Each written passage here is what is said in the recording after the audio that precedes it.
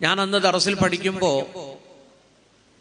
ബഹുമാനപ്പെട്ട AP ഉസ്താദ് Clarrie എന്ന് പറഞ്ഞ സ്ഥലത്ത് വാളിന് വന്നു. ഞങ്ങളന്ന് ദർസിലെ കുറെ കുട്ടികളുണ്ടായിരുന്നു. ഞങ്ങൾ വാള് കഴിഞ്ഞ് എല്ലാവരും സ്റ്റേജിൽ കയറി. ഉസ്താദിന്റെ കൈ പിടിച്ച് പേടിച്ചാണ് ഉസ്താദിന്റെ അടുത്തേക്ക് പോയത്. അപ്പൊ എന്നോട് പറഞ്ഞു, നിങ്ങൾ ഹാഫിളാണോ? ഞാൻ പറഞ്ഞു അതെ. അങ്ങനെയാണ് കാരന്തൂർ മർക്കസിലേക്ക് എനിക്ക് ഹാഫിൾ ഉസ്താദായിട്ട് ക്ഷണം കിട്ടിയത്. അൽഹംദുലില്ലാഹ് 2.25 വർഷം 3 വർഷത്തോളം മർക്കസിൽ പഠിപ്പിക്കാൻ സാധിച്ചു. ബഹുമാനപ്പെട്ട ബാബ ഉസ്താദാണ് വേദിയിലേക്ക് വന്നത്.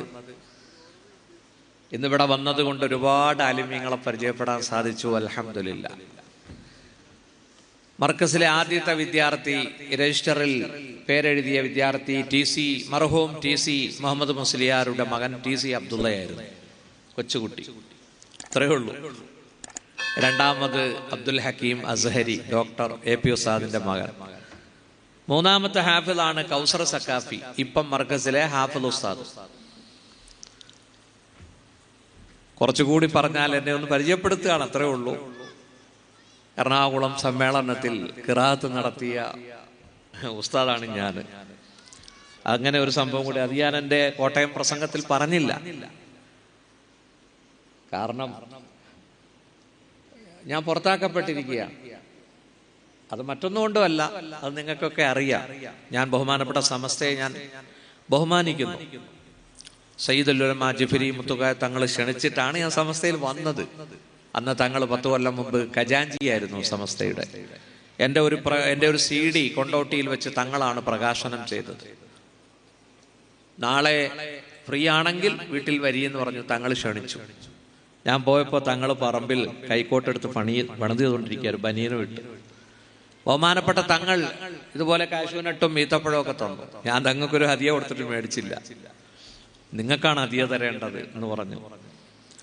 അങ്ങനെ തങ്ങൾ ക്ഷണിച്ചു. അങ്ങനെയാണ് ഞാനും കുമ്മനം ഉസ്താദും സിറാജുദ്ദീൻ ഉസ്താദും കബീർ ബാക്കവിയും നൗഷാദ് ബാക്കവിയൊക്കെ സമസ്തയിലേക്ക് വന്നത്. തെക്കൻ കേരളത്തിലൊക്കെ അങ്ങനെ സമസ്തയുടെ കമ്മിറ്റി ഫോം ചെയ്തത്. ഞങ്ങൾ ട്രെയിനിൽ വെച്ച് ഇസുദ്ദീൻ കാമിലി സക്കാഫിയും മുഹമ്മദ് കുഞ്ഞ് സക്കാഫിയൊക്കെ ഈ സംഭവം എന്നോട് ചോദിച്ച് മനസ്സിലാക്കി. ഞാൻ എല്ലാ സംഭവങ്ങളും പറഞ്ഞു കൊടുത്തു. അൽഹംദുലില്ലാഹ്, ഇന്ന് വലിയ സന്തോഷം തോന്നുന്നു. എന്നെ ബഹുമാനപ്പെട്ട മുഹമ്മദ് നവാസ് അഹ്സനി ഉസ്താദിന്റെ മഹലിലെ ഇമാമാണ് ഞാനിപ്പോ. കൊല്ലം പള്ളിമുക്ക് കൊല്ലൂർ വിള. ഒരു സഫിൽ 120 പേരാ. മുൻ MLA യൂനുസ് കുഞ്ഞ് സാഹിബ് 25 വർഷം പ്രസിഡന്റ് ആയിരുന്നു അല്ലേ? 120 പേര് നിൽക്കുന്ന ഒരു സഫ്. അങ്ങനത്തെ 15 സഫ്, അങ്ങനെയുള്ള 15 സഫും 2ാം നിലയിലും. വലിയ പള്ളിയാ, വലിയ മഹല്ല. വളരെ കാലം ആഗ്രഹിച്ച ഒരു ഖത്തീബ്, ഒരു ഖിദ്മത്താണ്. അല്ലാഹു തആല അതിലേക്ക് എന്നെ പടച്ചവൻ കൊണ്ടുവന്നു. അൽഹംദുലില്ലാഹ്, ധൈര്യമായിട്ട് സുന്നത്തെ മാത്ത് പറയുകയും ചെയ്യാം. കൊല്ലൂർ വിളയിൽ ഞാൻ നിന്ന മിക്ക സുന്നി പള്ളിയിലും ചില കാര്യങ്ങൾ പറഞ്ഞു വരുമ്പോൾ കമ്മിറ്റിക്കാരിങ്ങനെ ഒന്നൊന്ന് പിടിച്ചു വലിക്കുമായിരുന്നു. പക്ഷെ കൊല്ലൂർ വിളയിൽ ധൈര്യമായിട്ട് അഹ്ലുസുന്ന പറയാം. അൽഹംദുലില്ലാഹ്. പ്രിയപ്പെട്ട സഹോദരങ്ങളെ, ഞാൻ നല്ല പാട്ടുകാരനായിരുന്നു, നല്ല പാട്ട് പാടും. പക്ഷേ ഹിഫ്ള് എടുത്തതോടുകൂടി എൻ്റെ ആ പാട്ടങ്ങ് പോയി. ഞാൻ ഖിറാഅത്തിന് വേണ്ടി സമയം ചെലവഴിക്കാൻ തുടങ്ങി. ഞാൻ മർക്കസിൽ ഹാഫിൾ ഉസ്താദ് ആണെങ്കിലും ഇടയ്ക്ക് ബാങ്ക് വിളിക്കും. മസ്ജിദുൽ ഹാമിലി പോയിട്ട് മോദീന സോപ്പിട്ടിട്ട് ഞാനൊന്ന് ബാങ്ക് വിളിച്ചോട്ടെ. വിളിച്ചോന്ന് പറയും. ഞാൻ ബാങ്ക് വിളിക്കുമ്പോൾ ആർട്സ് കോളേജും ഹൈസ്കൂളും ഹിഫ്ദുൽ ഖുർആനും ബോർഡിങ്ങും ഒക്കെ നിശ്ചലമാവും. ഈ അടുത്തൊരു അനുഭവം ഉണ്ടായി. തൃശ്ശൂർ KSRTC വന്ന് ഞാൻ ബസ് കാത്തിരിക്കുമ്പോൾ ഒരു ചായ കുടിക്കാനായിട്ട് തൊട്ട് മുമ്പിലെ ഹോട്ടലിൽ പോയി. ഹോട്ടൽ സൻസാർ. വരി ഉസ്താദ് വരി.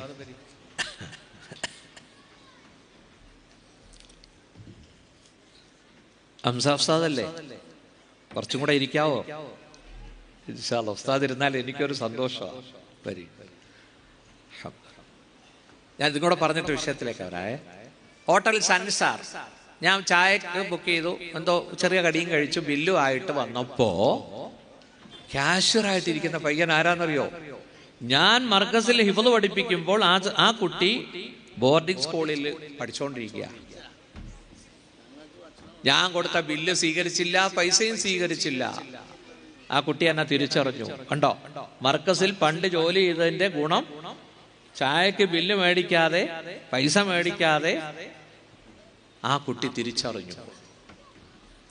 ബഹുമാനപ്പെട്ട സഹോദരങ്ങളെ, എൻ്റെ പ്രിയപ്പെട്ട യുവാക്കളോട് എനിക്ക് പറയാനുള്ളത്, നമ്മുടെ ശരീരത്തെ ഒന്ന് പഠിച്ചു നോക്ക്. ഓടുന്നു ഗോഡ ഇടബലം 2, ഓരോരോ സാഅത്തിൽ മാറ്റങ്ങളുണ്ട്. എന്താ അതിന്റെ അർത്ഥം? നമ്മുടെ നാസാരന്ധ്രങ്ങൾ 1 മണിക്കൂർ അടഞ്ഞിരിക്കും, 1 മണിക്കൂർ തുറന്നിരിക്കും. ആ സമയത്ത് ശക്തമായി നമ്മൾ ഉച്ഛ്വാസം എടുക്കും. ഈ പ്രക്രിയ മാറിക്കൊണ്ടേയിരിക്കുകയാണ് ഓരോരോ മണിക്കൂറിൽ. ആരാ ഇത് പറഞ്ഞത്? ശുജാഇ മൊയ്തു മുസ്ലിയാർ. എന്താ മനുഷ്യന്റെ അവസ്ഥ? പൊട്ടാ നീ മുൻ തുള്ളി പിൻ ചോരക്കട്ട. നീ ആരായിരുന്നു ആദ്യം? മിൻ നുത്ഫത്തിൻ അംശാജ്. ഒരു സിക്താണ്ഡത്തിൽ നിന്നാണ് നിന്നെ പടച്ചത്. പുരുഷന്റെ ബീജവും സ്ത്രീയുടെ അണ്ഡവും ഒരുമിച്ച് കൂടി സ്ത്രീയുടെ യൂട്രസിന്റെ വലതും ഇടതുഭാഗത്ത് 2 ട്യൂബുകളുണ്ട്, ഫെലോപ്പിയൻ ട്യൂബ്. ആ ട്യൂബിലൂടെ സഞ്ചരിച്ച് യൂട്രസിന്റെ മുകളിൽ പോയി കടിച്ചു പിടിച്ച് കിടക്കും. ഖലഖൽ ഇൻസാന മിൻ അലഖ്. അല്ലാഹു മനുഷ്യനെ സൃഷ്ടിച്ചു ഒട്ടിപ്പിടിക്കുന്ന രക്തക്കട്ടയിൽ നിന്നും. ഒട്ടിപ്പിടിക്കുന്നത് അല്ലെങ്കിൽ രക്തക്കട്ട, ഇത് നമുക്ക് മനസ്സിലായത് 10ാം ക്ലാസ്സിലും +2-നും പഠിക്കുമ്പോഴാണ് മനസ്സിലായത്. Implantation of zygote. സിക്താണ്ഡത്തിന് സൈഗോട്ട് എന്ന് പറയും. ബഹുമാനപ്പെട്ട സഹോദരങ്ങളെ, എഴുത്തും വായനയും അറിയാത്ത മുഹമ്മദ് മുസ്തഫ നോക്കൂ, ഹിറാ ഗുഹയുടെ ഏകാന്തതയെ ഭഞ്ജിച്ചുകൊണ്ട് നബിയെ വായിക്കൂ എന്ന സന്ദേശം ആദ്യമായി ഇറങ്ങി. ബിസ്മി റബ്ബിക്കല്ലദീ ഖലഖ്, സൃഷ്ടിച്ച റബ്ബിന്റെ നാമത്തിൽ. എന്നിട്ട് അല്ലാഹു പറഞ്ഞു, ഖലഖൽ ഇൻസാന മിൻ അലഖ്, മനുഷ്യനെ അവൻ രക്തക്കട്ടയിൽ നിന്ന് സൃഷ്ടിച്ചു. കണ്ടോ, 20ാം നൂറ്റാണ്ടിലാണ് എന്താണ് ഈ രക്തക്കട്ട, എന്താണ് ഈ ഒട്ടിപ്പിടിക്കുന്നത് എന്ന് ലോകത്തിന് മനസ്സിലായത്. 19ാം നൂറ്റാണ്ടിലാണ് സുഹൃത്തുക്കളെ. ഇത് 7ാം നൂറ്റാണ്ടിൽ ഖുർആൻ ലോകത്തോട് പ്രഖ്യാപിച്ചു. എനിക്ക് എൻ്റെ പ്രിയപ്പെട്ട യുവാക്കളോട്, നിങ്ങൾ എക്സ് മുസ്ലിം ഒന്നും ആകണ്ട, നിങ്ങൾ പുത്തൻ പ്രസ്ഥാനത്തിലേക്കും പോകണ്ട. യഥാർത്ഥ ആദർശം അഹ്ലുസുന്നത്തി വൽ ജമാഅത്താണ്. വഅലന റസൂലുള്ളാഹി സ്വല്ലല്ലാഹു അലൈഹി വസല്ലം മൗഇലതൻ ബലീഗ. ഇർബാദ് ബിൻ സാരിയ റളിയല്ലാഹു അൻഹു പറയുന്നു, അർത്ഥഗർഭമായ ഒരു ഉപദേശം മുത്തുനബി നടത്തി. മൗഇല. എന്തായിരുന്നു ആ പ്രസംഗത്തിന്റെ ഗുണം? സഹാബാക്കൾ പറയുകയാണ്, ദർഫത് മിൻഹൽ ഉയൂൻ, ഞങ്ങളുടെ കണ്ണുകളെല്ലാം ബാഷ്പകണങ്ങൾ കൊണ്ട് നിറഞ്ഞു. വവജിലത് മിൻഹൽ ഖുലൂബ്, ഹൃദയങ്ങൾ കിടുകിടാ വിറച്ചു. അല്ലാഹുവിന്റെ റസൂൽ സല്ലല്ലാഹു അലൈഹി വസല്ലം പറഞ്ഞു. അപ്പോ കുൽനാ, സഹാബത്ത് പറഞ്ഞു, കഅന്നഹാ മൗഇദതു മുവദ്ദിഇ യാ റസൂലല്ലാഹ്, ഇതൊരു വിടവാങ്ങൽ പ്രസംഗം പോലെ ഉണ്ടല്ലോ. അല്ലാഹുവിന്റെ റസൂൽ പറഞ്ഞു, ഊസീക്കും, ഞാൻ നിങ്ങളെ വസിയത്ത് ചെയ്യുന്നു, ബി തഖ്വല്ലാഹ്, അല്ലാഹുവിന്റെ തഖ്വ, അല്ലാഹുവിനെ സൂക്ഷിച്ച് ജീവിക്കണമെന്ന്. വഇന്നഹു മൻ യഈശ് മിൻകും ഫസയറ ഇഖ്തിലാഫൻ കസീറാ, നിങ്ങളിൽ ആരെങ്കിലും ജീവിച്ചിരുന്നാൽ നിങ്ങൾ അഭിപ്രായ വ്യത്യാസങ്ങൾ ദർശിക്കും. ഉണ്ടോ? ധാരാളം അഭിപ്രായ വ്യത്യാസങ്ങൾ അല്ലേ? വഹദയുടെ മസ്തറാണ് തൗഹീദ് അല്ലേ ഉസ്താദെ? വഹദയുടെ മസ്തറല്ലേ തൗഹീദ്? ഈ തൗഹീദ് പറഞ്ഞു വന്ന സംഘടന തഫ്രീഖിന്റെ 6-7 തഫ്രീഖ് അങ്ങോട്ടായി അല്ലേ? വാളെടുത്തവനൊക്കെ വെളിച്ചപ്പാട്, വാളെടുത്തവനൊക്കെ വെളിച്ചപ്പാട്. നോക്കൂ, നമ്മൾ അന്നും പറഞ്ഞു അൽ ഐനു ഹക്കുൻ, കണ്ണേർ ഹക്കാണ്. നമ്മൾ അന്നും പറഞ്ഞു സിഹർ 7 പാപങ്ങളിൽപ്പെട്ടതാണ്. അങ്ങനെയെല്ലാം. പക്ഷേ അന്ന് അവരെന്ത് പറഞ്ഞു? കണ്ണേറോ കാലേറ് എന്ന് പറഞ്ഞു. കാലേറ്, അങ്ങനെ കണ്ണേറൊന്നും ഇല്ല എന്ന് പറഞ്ഞു. നോക്കൂ, ഇന്നിപ്പോ അതെല്ലാം. ഇന്നലെ നോക്കിയപ്പോ എൻ്റെ കുടുംബത്തില് ഒരു സഹോദരി മൊബൈലിൽ ഇങ്ങനെ കേട്ടോണ്ടിരിക്കുന്നു. ഞാൻ നോക്കിയപ്പോ ഖുർആന്റെ ആയത്തുകളാണ്, പക്ഷെ അത് ആവർത്തിക്കുന്നുണ്ട്. ഞാൻ ചോദിച്ചതെന്താ? ഇത് റുഖിയ ശറഇയ്യ ഉണ്ടോ? പുതിയ പേരിട്ട് റുഖിയ ശറഇയ്യ എന്നാക്കി. ഐനിന് അൽ ഐനു ഹക്കുൻ, ഐനിന് എന്താ മന്ത്രിക്കേണ്ടതെന്ന് പ്രവാചകൻ പഠിപ്പിച്ചു. ആയത്തുകളും ഹദീസുകളും ഒക്കെ. അവരതിന് പുതിയ പേരിട്ടു റുഖിയ ശറഇയ്യ. പ്രിയപ്പെട്ട സഹോദരന്മാരെ, യുവാക്കളോട് എനിക്ക് സ്നേഹത്തോടെ പറയാനുണ്ട്, മക്കളെ, ഇന്നത്തെ സാഹചര്യം വളരെ മോശമാണ്. നോക്കൂ, ഇന്ന് നമുക്ക് ഏറ്റവും പരീക്ഷണം സോഷ്യൽ മീഡിയ. എന്താണ് സോഷ്യൽ മീഡിയ? ബഹുമാനപ്പെട്ട സഹോദരങ്ങളെ, പണ്ട് ന്യൂസ് പേപ്പർ, ഒരു റേഡിയോ, ഒരു ടെലിവിഷൻ, ഇതൊക്കെയായിരുന്നു മീഡിയ, അല്ലേ? നമ്മൾ എന്ത് വായിച്ചാലും എന്ത് കേട്ടാലും വൺ വേ സപ്പോർട്ട് ചെയ്യുന്ന പത്രം എന്ത് പറയുന്നു അത് നമ്മൾ വായിക്കുന്നു. റേഡിയോ എന്ത് പറയുന്നു അത് കേൾക്കുന്നു. ടെലിവിഷൻ എന്ത് പറയുന്നു അത് കേൾക്കുന്നു. തിരിച്ചതിനോട് നമുക്ക് സംവദിക്കാൻ കഴിയുമായിരുന്നില്ല.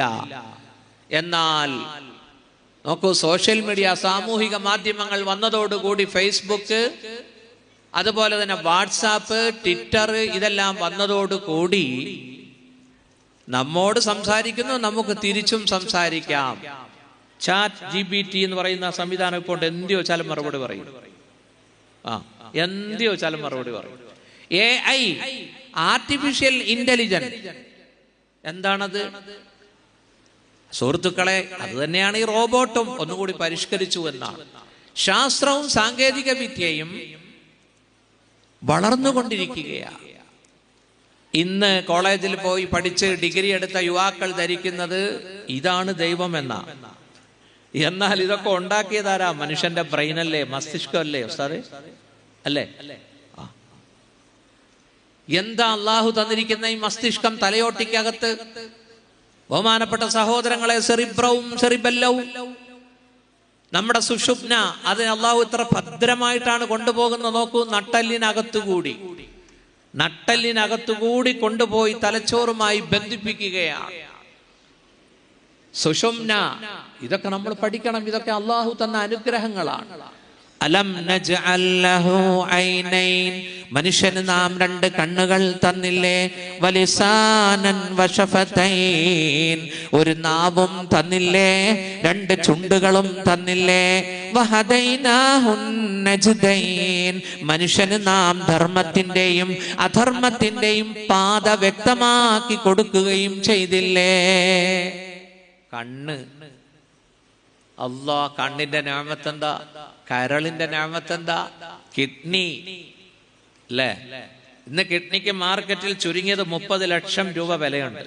ഓപ്പറേഷന് വേറെ, അതിനു മുമ്പുള്ള ചികിത്സ വേറെ, അത് ഡൊണേറ്റ് ചെയ്യാൻ ആള് വരും, അവർക്ക് വേറെ കൊടുക്കണം. അള്ളാഹു തന്ന 2 കിഡ്നി, ഒരെണ്ണം മതി, ഒന്ന് സ്റ്റെഫിനിയ. എന്താ നമ്മൾ മനസ്സിലാക്കാത്തത്? അള്ളാഹു തആല പടച്ചോൻ നമ്മളെല്ലാം അനുഗ്രഹിക്കുമാറാവട്ടെ.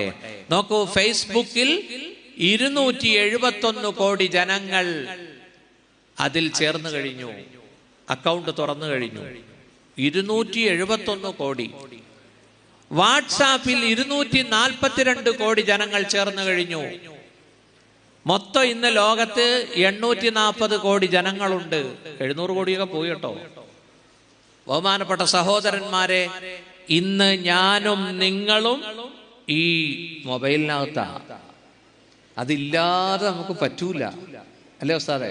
കുറ്റം പറയല്ല കേട്ടോ, ജീവിതത്തിന്റെ ഭാഗമായി മാറിപ്പോയി. നോക്കൂ, അതിന് ഗുണങ്ങളുമുണ്ട് ദോഷങ്ങളുമുണ്ട്. യുവാക്കളെ, സോഷ്യൽ മീഡിയ കൊണ്ട് ഗുണങ്ങളുണ്ട്. എന്താ? കണക്ടിവിറ്റി. ലോകത്തിന്റെ ഏത് മുക്കിലും മൂലയിലുമുള്ള മനുഷ്യനുമായി സംസാരിക്കാം, നമുക്ക് ബാക്കി കാര്യങ്ങളൊക്കെ ചെയ്യാം. കണക്ടിവിറ്റി, അത് സോഷ്യൽ മീഡിയ കൊണ്ട് സാധിക്കും. അതുപോലെ തന്നെ എഡ്യൂക്കേഷൻ. നോക്കൂ, കോവിഡ് പാൻഡമിക് വന്നപ്പോ നമ്മളൊക്കെ വിചാരിച്ചു മദ്രസ പൂട്ടി, സ്കൂളും പൂട്ടി. അപ്പോഴാണ് ആ ദൗത്യം ആരെ ഏറ്റെടുത്തു? സോഷ്യൽ മീഡിയ ഏറ്റെടുത്തു, അല്ലേ? ഏറ്റെടുത്തില്ലേ ഉസ്താദേ? എല്ലാ ക്ലാസ്സും പിന്നെ സോഷ്യൽ മീഡിയയിലൂടെയായിരുന്നു. സഹോദരന്മാരെ, ദൂഷ്യങ്ങളുമുണ്ട് ഇതിന്. പഴയ സംഭവങ്ങളൊന്നും പറയണ്ട, പുതിയത് ഈ ആഴ്ചയിൽ നടന്ന സംഭവം നോക്കൂ. മലപ്പുറം ജില്ലയിലെ കരുവാരക്കുണ്ടിൽ 16 വയസ്സുള്ള ഒരു ബാലൻ, 14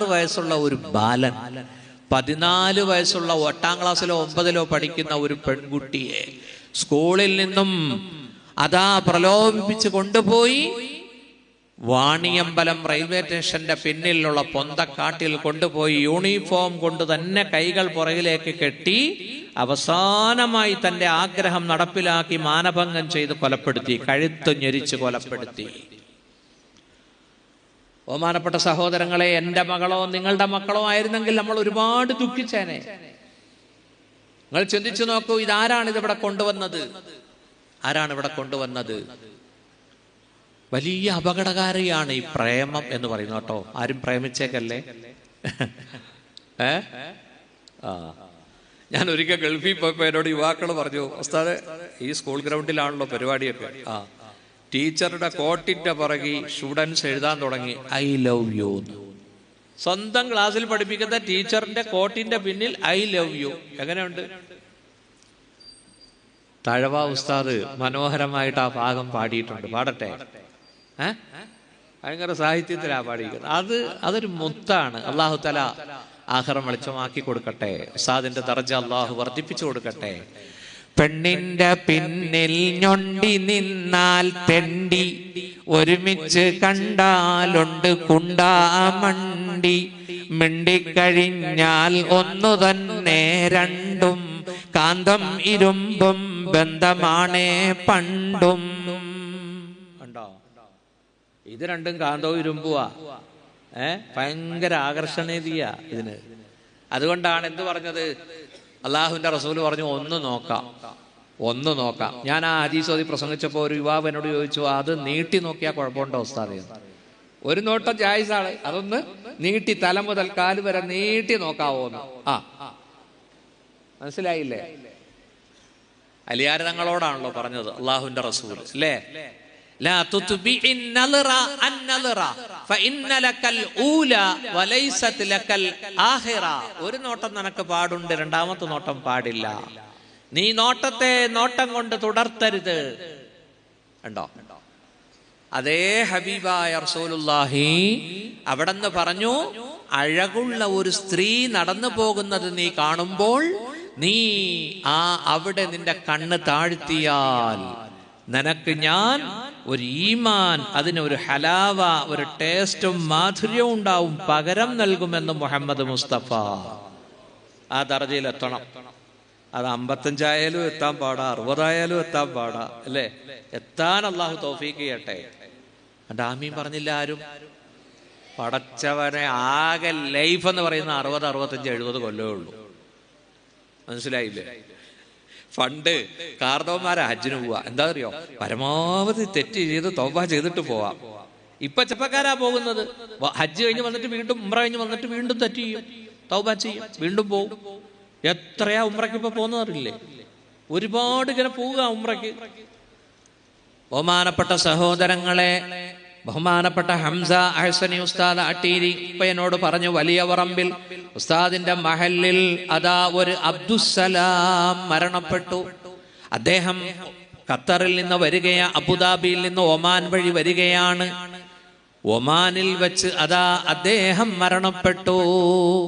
വമാ തദ്രീ നഫ്സും മാദാ തക്സിബു ഗദാ വമാ തദ്രീ നഫ്സുൻ ബിഅയ്യി അർളിൻ തമൂത്ത്. ഒരു ശരീരത്തിനും അറിയില്ല അടുത്ത നിമിഷം സമ്പാദിക്കുമോ നഷ്ടപ്പെടുത്തുമോ. വമാ തദ്രീ നഫ്സുൻ, ഒരു ശരീരത്തിനും അറിയില്ല ബിഅയ്യി അർളിൻ തമൂത്ത്, ഏത് മണ്ണിൽ വെച്ച് മരണപ്പെടുമെന്ന് ആർക്കും അറിയില്ല. അപ്പൊ ഉസ്താദ് മയ്യത്തിനെ പ്രതീക്ഷിച്ചിരിക്കുകയാണ്, സ്വന്തം മഹലിലാണ്. ഞാൻ പറഞ്ഞു കുറച്ച് സമയം ഇരിക്കാൻ പറഞ്ഞു. ഞാൻ ഇരിക്കാൻ പറഞ്ഞ മറ്റൊന്നുമല്ല, ഞാൻ ഓതിപ്പടിച്ച സ്ഥലത്തിന്റെ അടുത്താണ് ആട്ടീരി. എൻ്റെ ഉസ്താദിനെ പേര് പറഞ്ഞപ്പോ തന്നെ ഉസ്താദ് തിരിച്ചറിഞ്ഞു. കോട്ടക്കൽ, പറപ്പൂര്, വീണാലിക്കല് ചെറിയ ഹൗദില്ലേ, നമ്മുടെ കാല് കഴിയുന്ന ഹൗദിനോട് ഏറ്റവും അടുത്ത കബർ ഞങ്ങളുടെ ഉസ്താദിന്റെ കബറ. മമ്മുക്കുട്ടി ഉസ്താദ് ഞങ്ങൾ ഇരാറ്റുപേട്ടയിൽ 22 വർഷമുണ്ടായിരുന്നു. ഏത് ബയാനും ഏത് പ്രസംഗത്തിലും ഇങ്ങനെ കരയും. മുഖലിസായ ഉസ്താദ്. മമ്മുക്കുട്ടി ഉസ്താദും ഓക്കെ ഉസ്താദും ശരീക്കന്മാരായിരുന്നു എന്ന് ഞാൻ കേട്ടിട്ടുണ്ട്. എന്നോട് മമ്മുക്കുട്ടി ഉസ്താദ് തന്നെയാ പറഞ്ഞത്, ഒതുക്കുങ്ങൽ പോയി ഉസ്താദിനെ കണ്ടിട്ട് വരാൻ പറഞ്ഞത്. ബഹുമാനപ്പെട്ട മമ്മുക്കുട്ടി ഉസ്താദിന്റെ അടുത്ത് ഓതിയ ഒരു കുട്ടിയും ഹായിബായിട്ടില്ല. ഒന്നുകിൽ ഖതീബ്, അല്ലെങ്കിൽ മുദരിസ്, അല്ലെങ്കിൽ സദർ മുഅല്ലിം. അല്ലെങ്കിൽ ഒരു ഖനിയ് ഗൾഫിൽ പോയി 10 കാശെങ്കിലും ഉണ്ടായിക്കൊണ്ട് വരും. എന്താണ് മമ്മക്കുട്ടി ഉസ്താദിന്റെ ആ ദറജ? നീ മണ്ണടിയിലും മായാതെ നിന്നിടും, നീ മണ്ണിൽ നേടും വിശിഷ്ട വ്യാഖ്യാതികൾ. കാലത്തിനാകില്ല നിന്നെ മറക്കുവാൻ, ലോകത്തിനാകില്ല നിന്നെ വെറുക്കുവാൻ. അഖുൽ ഇൽമി ഹയ്യുൻ ഖാലിദുൻ ബഅദ മൗതിഹി വഔസാലുഹു ബൈനത് തുറാബി റമീമോ. നല്ല പണ്ഡിതൻ അഖുൽ ഇൽം ഹയ്യുൻ ഖാലിദുൻ ബഅദ മൗതി, മരണശേഷവും ജീവിച്ചു കൊണ്ടിരിക്കും ജനഹൃദയങ്ങളിൽ. ഖുതുബി ഉസ്താദ് ഒരു കാലത്ത് ശംസുൽ ഉലമയ, ബഹുമാനപ്പെട്ട ശംസുൽ ഉലമ, ബഹുമാനപ്പെട്ട കണ്ണിയത്ത് ഉസ്താദ്, ഇവരെല്ലാം കാണാൻ ഈ സാധുവിന് ഭാഗ്യം കിട്ടി. ശംസുൽ ഉലമ നന്ദിയില് ബുഖാരിയുടെ ദർസിലിരിക്കുമ്പോ ഞാൻ പോയി 2-3 വട്ടം തബറുക്കിന് ഇരുന്നിട്ടുണ്ട്. വാഴക്കാട് വീട്ടിൽ ചെന്ന് കണ്ണിയത്ത് ഉസ്താദിനെ കണ്ടിട്ടുണ്ട്.